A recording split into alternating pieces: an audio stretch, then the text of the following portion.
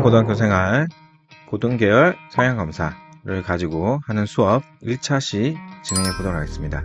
학생들 고등계열 검사 들어오시기 바랍니다. 주어진 학교 그리고 교육기관의 아이디 비번으로 로그인을 하시면 우리 학교 이름 그리고 우리 교육기관 이름 그리고 본인의 이름 변경해 쓰시면 되겠고, 이제 슬기로운 고등학교 생활 우리 아이들 고1 1학기 그리고 고2 1학기에 주로 활용하시면 좋습니다.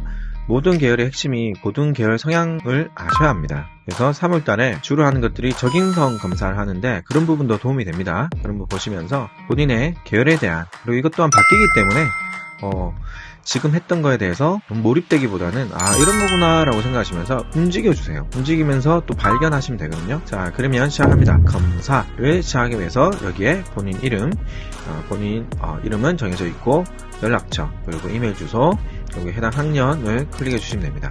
검사 시작합니다. 검사를 통해 계열적 성향 분석을 하고 싶나요? 해서 처음 나의 계열을 모르겠다라는 학생들은 이걸 체크하시고, 나는 계열이 정해져 있는데 하는 친구들은 이걸 택하시면 됩니다. 혹은 이 검사를 통해서 1, 2위가 나오는데 1위에 대한 검사 결과가 나오는데 그리고 2위에 대해서 추가적으로 알고 싶으시면 두 번째 걸 클릭하셔가지고 쓰시면 괜찮겠습니다. 자, 그러면 첫 번째 검사를 통한 나의 계열 검사 해보도록 하겠습니다. 총 문항 70문항입니다. 한 15분 정도의 시간이 소요가 되거든요.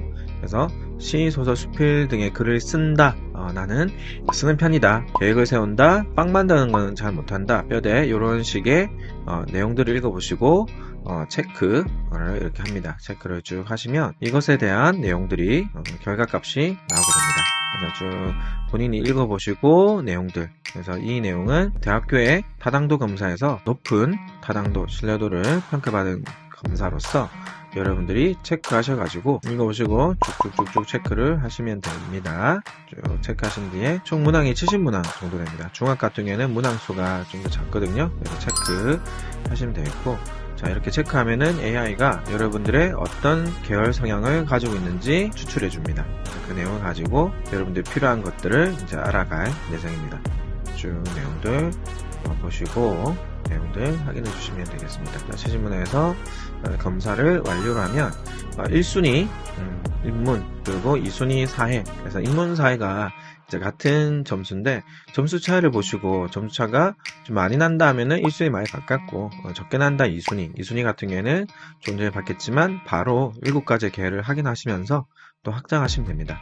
선생님, 저 여기에 없는 계열입니다 라고 하는 학생들은 확장이라고 생각하시면 됩니다. 그래서 이것도 몰랐던 본인들의 계열을 이해했고 본인이 이미 하고 싶었던 거는 그쪽으로 밀고 가면 돼요. 있는 게 제일 중요합니다.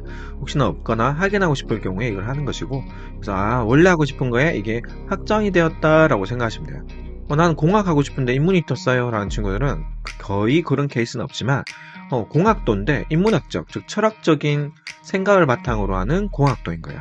그래서 로봇을 만들더라도 어떤 공감하는 거, 그리고 상상하는 거, 그리고 사람과 같이 우리가 반려견인데 반려봇을 만들 수도 있는 거죠. 그런 류의 어떤 심리적인 것들, 공감적인 것들이라고 생각하시면 되기 때문에 본인이 하고 싶은 거에 더해진다라고 생각하시면 되겠습니다. 그래서 검사 결과 보기를 클릭을 하면 AI가 분석을 해서 여러분만의 결과값이 나옵니다.